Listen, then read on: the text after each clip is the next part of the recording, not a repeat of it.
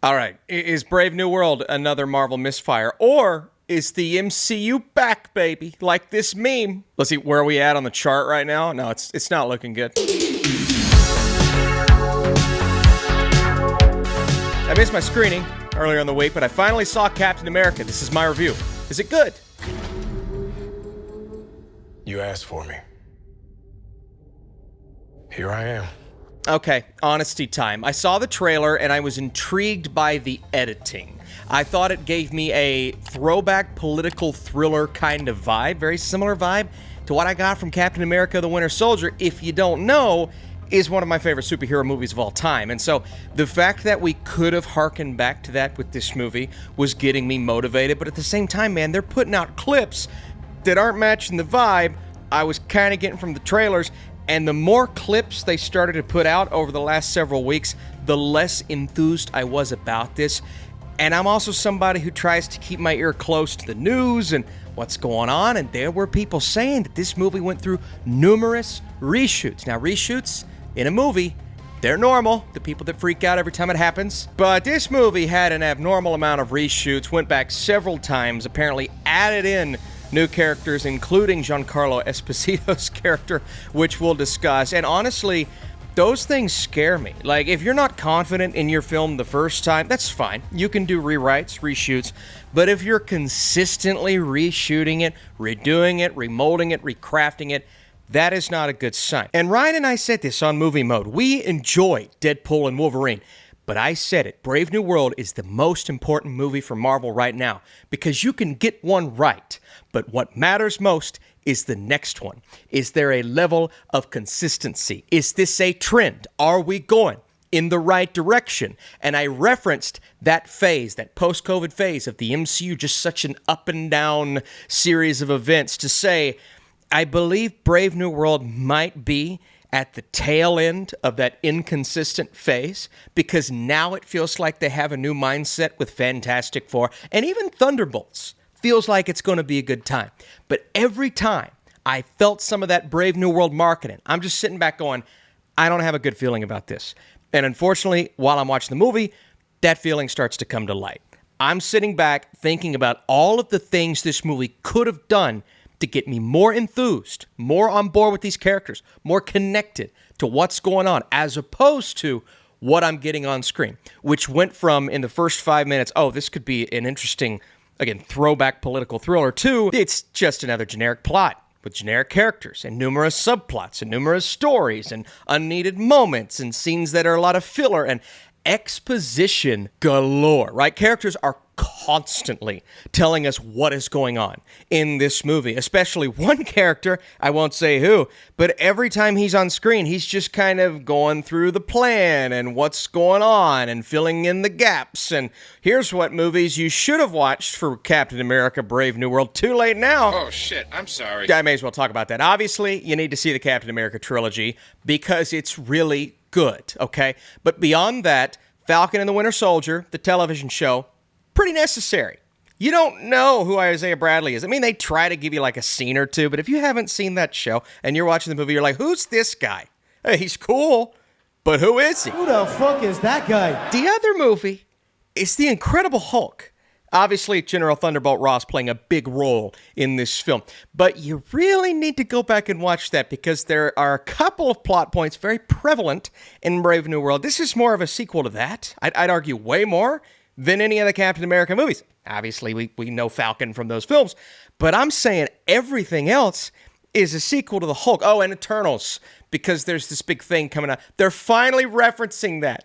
It's been years, and good job. Hey, way to go. Okay, they don't really talk about it that much, but when they do, it's pretty cool. A couple of comic book nuggets and Easter eggs in there. Admittedly, and I want to preface saying this, I grew up reading comics. I'm a big fan of Red Hulk and General Thunderbolt Ross's transformation into that, and to see that on screen, not a spoiler, it's in the posters and the trailers. If you haven't seen those, not my fault. To see that transformation on screen was really cool. And I also want to say this.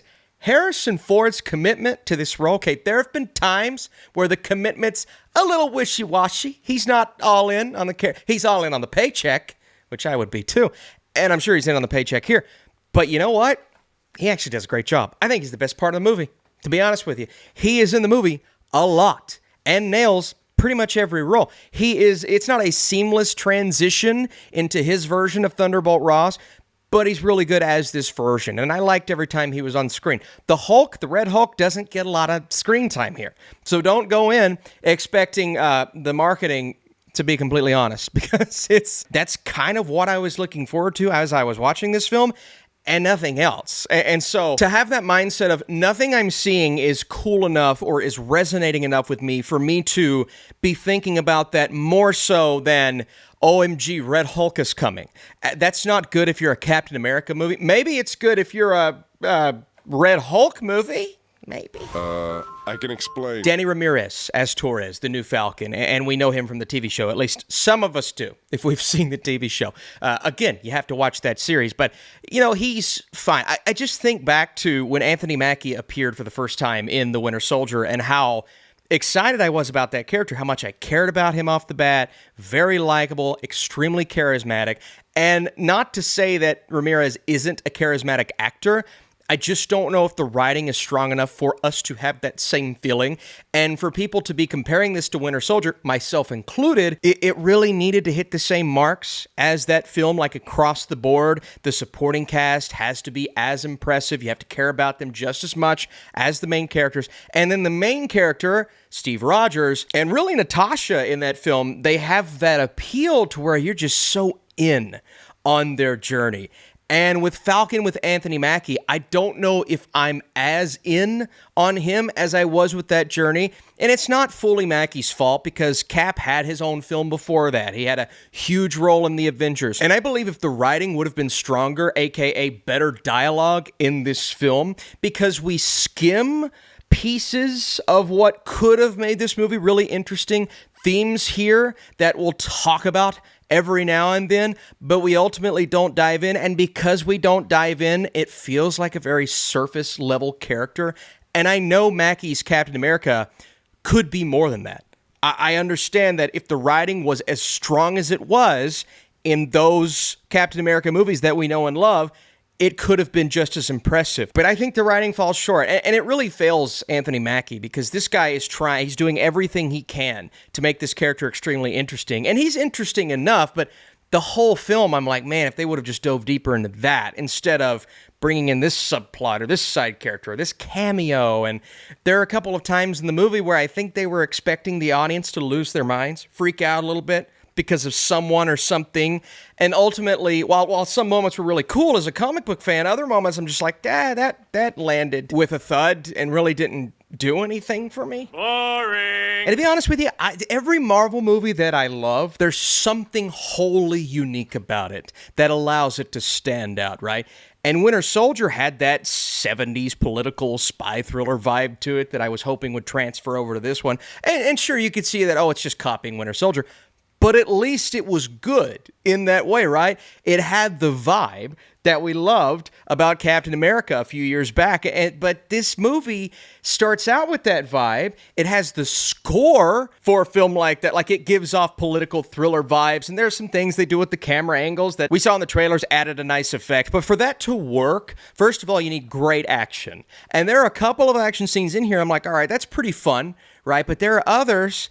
That first clip that they released, it feels like the choreography is slowed down a bit. The movements are very clunky, and that's not what Winter Soldier was like. I hate to say this, but the Russo brothers' direction, the people involved with those movies, did such a great job with the stunt work and the choreography. And to not even remotely feel that, like, I'm missing that in this film. And then just overall direction, like the vibe, there isn't that stylistic feel, right? People say the Russo brothers movies look gray, whatever, but at least there is a cinematic quality about them. And there is that quality to some of these camera movements, but ultimately, this doesn't feel as much like a movie as it does an extended episode of Falcon and the Winter Soldier. And I'm just going off of the look, the feel. You can say whatever you want. I know how I felt while I was watching. It did not have that cinematic quality that some of the best Marvel movies... And Austin, Marvel movies aren't cinema. Well, to you, Marty, I'm sorry. Do the meme. That's the meme.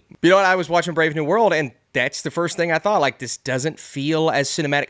big moments, big grand CGI-filled action sequences. I will say this, that first trailer, the CGI is much better here than it was there, and I actually think Red Hulk looks really solid, but then there are certain places and locations I'm like, that doesn't look as good, and just the overall feel doesn't have that vibe to it. And then you go into that dialogue, and like I said, man, expositional across the board. Like, it felt like every other scene, instead of having a more natural conversation, it's just a conversation to carry the plot. And it's a plot that ultimately wasn't that interesting. And it does feel like we're building to certain moments early on in the film, but by the time you get to the end, it's like, that's what we were building to? And I have seen this exact plot without the Red Hulk. I've seen it numerous times, done way better those other times. So I hope you all are following me here. This is not an unmitigated disaster. It is a competent movie. Like, I'm watching it and it makes sense. There's no decision so drastically and insanely terrible that I feel like this is anywhere close to the Sony Marvel movies like from last year, Kraven the Hunter or Madam Web or what was the Morbius. Have sex, excel, my ends against. Like, this is better than those because it's competent, but it doesn't go beyond that. It is a movie. This is the most movied movie that I have movied in a long time. Movie. But is it memorable? Are you watching this going, man, I can't wait to watch that scene again, or that gripping moment, and maybe one or two moments with Mackie that are somewhat emotional that you feel, but it's like, I didn't feel the impact. And it's just kind of an empty feeling. While you're watching this film, I'm not mad, I'm not pissed off, but I'm also not full of joy and cheerful. The Red Hulk thing was great. That was awesome. And some other things that come from The Incredible Hulk, I'm like, that's really cool to see as a comic book fan. But ultimately, it's such a generic direction with those elements.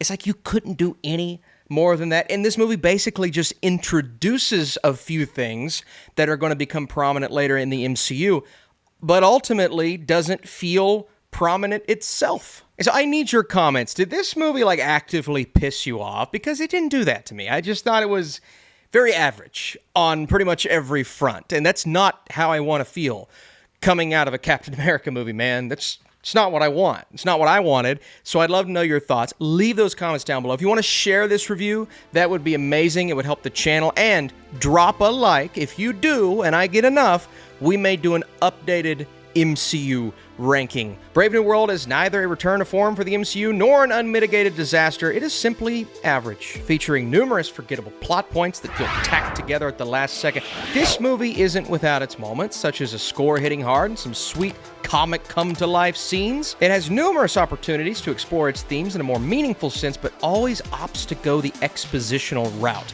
Harrison Ford crushes it, and none of the story issues fall on Mackie's shoulders. It's simply just another comic book movie that fails to stick the landing. And honestly, we expect more at this point. I have higher standards for a comic book film. For an MCU film, mostly because of that run they were on until 2019, I have higher standards now. Right.